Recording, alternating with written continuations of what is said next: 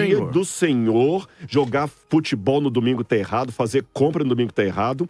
E muitos conservadores dos mais antigos, quem é de terceira, quarta geração de crente, sabe que esse afrouxamento do domingo hoje é um sinônimo até de secularização das igrejas, ou a aliança dia do Senhor que tá lá. Então, para fechar aqui, para dar oportunidade dos outros, se a questão verdade, agora doutor, é o descanso... Isso acontecia todos os dias, era proibido todos os dias jogar futebol. Mas eu digo... Rapaz, uma vez eu fui jogar bola, cheguei na igreja quase Disciplinado, disciplinado. Mas vocês entenderam o meu ponto? Se pegar do ponto de vista mais tradicional... Rodrigo. 30 segundos. Do ponto de vista mais tradicional, se o descanso em Jesus é só espiritual, eu não preciso guardar sábado, então eu também não preciso guardar domingo, porque é espiritual, e ainda em 15 segundos, pontuam muito o domingo como o dia da ressurreição, o dia da ressurreição. Agora eu vou pedir licença a vocês, porque o meu discurso é com eles, vocês não vão concordar com isso. Mas é ou não Se é? a redenção não vem pela ressurreição, a redenção vem pela morte de Jesus.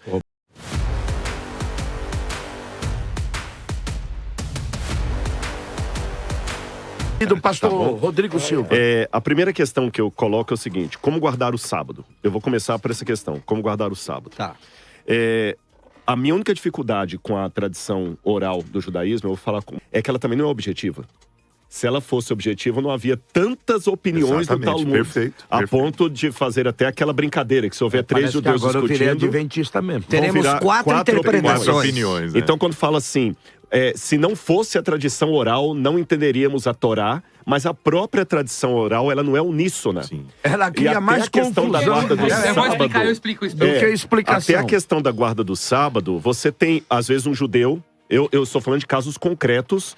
E quando eu falo judeu, eu estou colocando tanto o judeu que mora em Nova York, como o judeu israelense, Sim. que é quase que um judeu à parte. Do Beit Por Chabad. exemplo, eu conheço histórias, por exemplo, de judeu que no Shabat pede o outro para ir à casa dele abrir a geladeira, porque ele não pode abrir a geladeira. Então, quer dizer... Mas você pode, né? Mas um judeu às vezes pede pro outro, porque tem diferença. Tem judeu que acha que não tem problema apertar o botão do elevador. Tem outro que acha que pode apertar o botão do elevador do Shabat.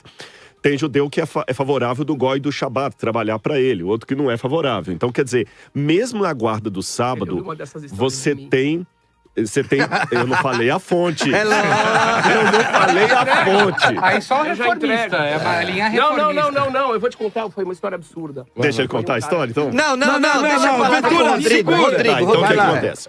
Então, como há várias formas de guardar o Shabat, nós adventistas entendemos o seguinte, que quando Jesus entrou... Eslerrar, bravacachá. Aí quando esqueci o que tava... Assim, quando um adventista entende que quando Jesus entrou em embates com alguns judeus da sua época, os fariseus, exatamente, Jesus estava mandando transgredir o sábado, nem abolindo o sábado. Jesus estava discordando daquela interpretação do que é lícito ou não fazer no Shabat. Entendi. Então, resumindo em 30 segundos o que é guardar o Shabat para mim, eu faço aniversário de casamento no dia 10 de março. É lógico que o Shabat é semanal, mas permita-me dar um exemplo anual apenas para ficar didático. É errado jogar bola? Eu não jogo bola, mas se eu jogasse bola, é errado jogar bola? Não. Não é errado jogar bola. Não é errado jogar bola com os meus amigos. Vamos supor que todo domingo eu saio para jogar bola com os meus amigos. Não, vai no sábado. Mas ou mesmo no sábado, o dia que for. Só que naquele dia específico de eu jogar bola com os meus amigos, coincidiu com o meu aniversário de casamento. Entendi. A esposa tá fazendo um belo almoço, chamou todo mundo e eu largo ela em casa e vou jogar bola com os amigos. Tá errado? Uma coisa que não é errada em outros dias, naquele dia está inapropriado. Então o Shabat para mim não é um dia de legalismo. São coisas que eu evito fazer no Shabat, porque o Shabat é um dia de comemoração, de testemunho que eu tenho um Criador. Nós vivemos num mundo secularizado que ensina a evolução das espécies. Eu, guardando o Shabat, eu ensino que eu não sou fruto do que Darwin falou. Eu tenho um Criador. Agora, eu vou falar uma coisa que pode parecer uma contradição, mas não é.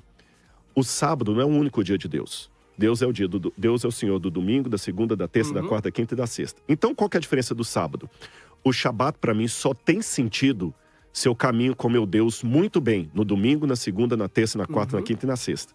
Sendo que eu caminho com ele nos outros dias, o Shabat é o dia que eu comemoro a minha relação com ele. Então eu sou adventista do sétimo dia, não no sétimo dia. É como o aniversário de casamento. Ele só tem sentido se eu vivo bem com a minha esposa 364 dias do ano. Se o casamento é uma porcaria, aquele dia não é um dia para comemorar, é um dia para cumprir tabela. Tem que comprar. Olha, aniversário de casamento tem que comprar alguma coisa. O Shabat para mim só tem sentido se eu me relaciono bem com Hashem, o Criador, e com o meu semelhante com amor. Aí no Shabat eu comemoro. Não com arrogância, não querendo me sentir superior. Você me fez a pergunta de Colossenses também. Há duas interpretações de Colossenses. Uma delas você já pontuou. É até uma tese doutoral de Ron Dupré.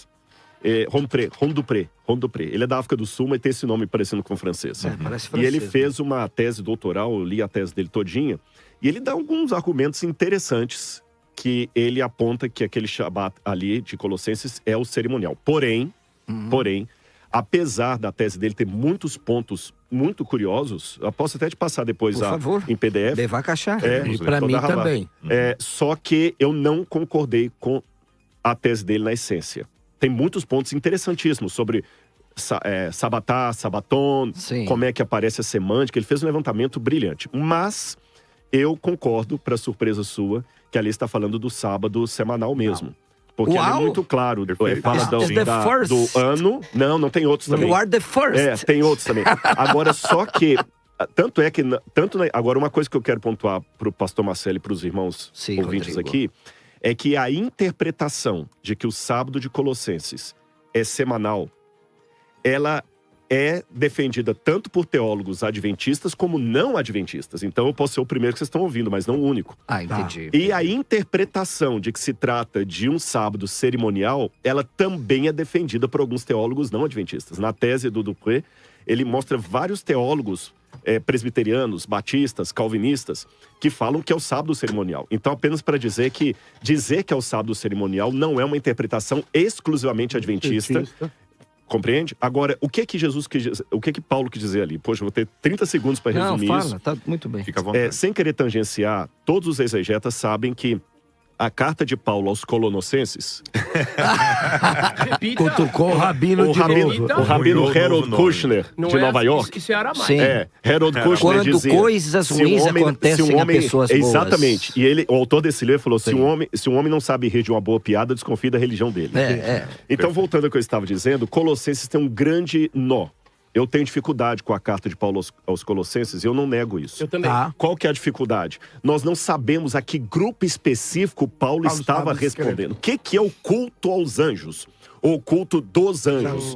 Você é um biblista, né, Rodrigo? É um grupo de judeus e gnósticos, Pois é, mas aí que tá. Hoje, pastor Marcelo, a minha área é Novo Testamento. Sim. A maior parte dos eruditos do Novo Testamento atual já abandonou a ideia de gnosticismo ali.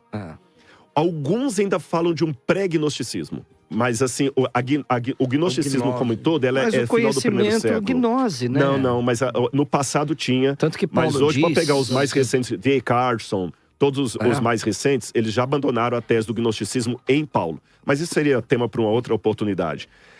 Agora, aparentemente, parece que ele está falando de alguns adeptos da teoria do livro de Enoque, que tem a símile de Enoque. Só que essa símile de Enoque é um outro problema semântico também, exegético, porque ele não está entre os manuscritos do Mar Morto. Nós temos uma cópia etíope posterior do IV século, mas tem muita coisa que parece ali. O Enoque vai tendo evoluções espirituais e ele os eons, e parece gnóstico, por isso que é a questão. Por isso que vamos falar de pré-gnose. E ele vai ter o culto com os anjos no final. E eles abstinham de certas comidas, jejuns, casamento também, então outra parte, aqui Paulo fala também dos que se abstêm do casamento. Agora, em síntese, quando pega o capítulo todo, parece que Paulo está falando assim, olha, ninguém julgue vocês pelos mandamentos, porque é Jesus que faz isso. Agora, eu posso ter duas leituras nisso aqui. Eu posso ter uma leitura do capítulo interpretando que Paulo não está com aquela frase abolindo a necessidade de guardar a lei, ou eu posso ter uma leitura B, que Paulo está falando de abolir a lei ali. Aí vem a palavra sombra, esquia. Sim. Muitas vezes há um uso semântico da palavra sombra que para mim não é muito fiel ao texto grego. Como sendo sombra uma coisa que passou, que não tem mais nada a ver. A palavra esquia, no grego, até como ela é usada, com todo o seu correspondente hebraico também. Lembremos, Paulo podia estar escrevendo em grego, mas tinha uma mente hebraica. Hebreu dos hebreus, né? Significa perspectiva, a preparação de algo melhor que vai vir. Seria mais ou menos assim. Quando eu estou chegando aqui, olha, o meu dedo, o pessoal de casa não vai ver, mas a sombra do meu dedo está projetando antes de mim. Qual é a palavra em grego? Esquia. Parece o tselo do hebraico. Tselo é a imagem, né? A sombra da morte lá do... Eu não acho que é. Você não acha que é a imagem? É sombra. Sombra, é. Tselo pra mim é a projeção. Tselo é a projeção. Então, é a projeção do Salmo 23, faz sentido, não é isso? Exatamente. A 91, né? Não, o Salmo 23, quando passares pelo vale da sombra e da morte. Exatamente. Não eu é tenho que ver isso? se na Septuaginta... É uma projeção só da morte, boa, isso. mas não é real. Seria até interessante ver se na Septuaginta é a mesma palavra. Eu não sei se na Septuaginta é a mesma. Mas olha que interessante. A minha sombra tá indo e eles estão vendo aqui, gente. Vocês em casa não. Mas a minha sombra, ela não está passando. Ela está apenas apontando que a mão está chegando. E se eu interpretar as coisas que Paulo falou ali, tudo como sombra, aí eu volto àquela pergunta que eu fiz pro pastor Marcelo, que é a minha dificuldade, irmãos. Honesta. Não de ganhar debate, mostrar que o outro fala nada e tudo. Não. Até um parênteses muito rápido. Já que tem muita gente assistindo, é uma coisa que nós estamos em comum acordo aqui. Eu não aceito aqueles debates de internet que depois fazem um recorte e colocam lá, né? Pastor Marcelo destruiu o Rodrigo Silva, né? Rabino Sinra... Mirra, perdão, Sinra. Rabino Mirra agora botou o Rodrigo Silva no seu lugar. Rodrigo Silva deu um checkmate no outro Rodrigo. Eu acho que é isso, sabe? Não leva a nada. Isso dá likes, né?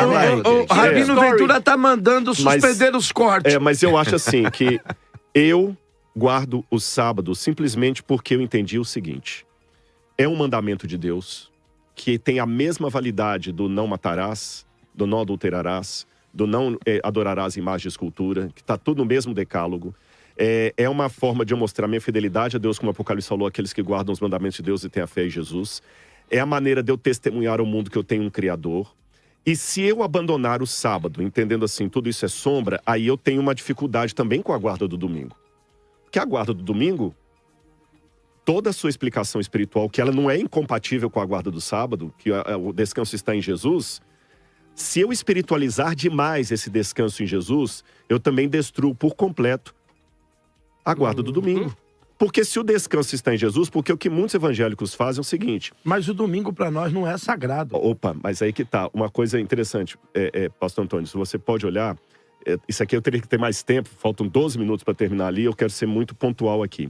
Se pegar as discussões dos mais, inclusive pentecostais, eu tô falando desde Azusa Street, quando veio para cá, Daniel Berg e tudo mais, os mais antigos, as lições da escola dominical, o domingo era o dia do Senhor, jogar futebol no domingo tá errado, fazer compra no domingo tá errado, e muitos conservadores dos mais antigos, quem é de terceira, quarta geração de crente, sabe que esse afrouxamento do domingo hoje é um sinônimo até de secularização das igrejas, ou a aliança dia do Senhor que está lá. Então, para fechar aqui, para dar oportunidade dos outros, se a questão verdade, agora doutor, é o descanso... Isso acontecia todos os dias, era proibido todos os dias jogar futebol. Mas eu digo... Rapaz, uma vez eu fui jogar bola, cheguei na igreja quase disciplinado. Mas vocês entenderam o meu ponto? Claro. Se pegar do ponto de vista mais tradicional... 30 segundos. Do ponto de vista mais tradicional, se... o descanso em Jesus é só espiritual, eu não preciso guardar sábado, então eu também não preciso guardar domingo, porque é espiritual. E ainda em 15 segundos, pontuam muito o domingo como o dia da ressurreição, o dia da ressurreição. Agora eu vou pedir licença a vocês, porque o meu discurso é com eles, vocês não vão concordar com isso. Mas é ou não é? A redenção não vem pela ressurreição. A redenção vem pela morte de Jesus. Não é a ressurreição de Jesus que garante a minha salvação. A ressurreição é apenas a comprovação de que Ele é Deus e Ele é vitorioso. Mas o preço pago pela minha salvação foi o sangue derramado na cruz. Mas então, o que autentica esse sacrifício? O que autentica... Dá pra fazer um debate legal. O que autentica é a ressurreição. Mas o que paga é... a morte na cruz. Mas então, e se Cristo não ressuscitou? A nossa fé é vã. Se Cristo não ressuscitou... Vou responder, mas é por cima de 10 segundos. Vai lá. Claro. Se Cristo não ressuscitou, Paulo não diz, se Cristo não ressuscitou, a nossa salvação é vã. Ele falou, a nossa fé é vã. Agora, a nossa salvação, né? A minha salvação é através do sangue derramado na cruz do Calvário. Sem derramamento de sangue não há remissão. Se eu fosse escolher um dia fora do sábado para guardar como memorial do evento de Jesus, eu teria que guardar a sexta-feira como os muçulmanos. Olha, gente, deixa eu cortar pra cá, eu não sou debatedor, não posso.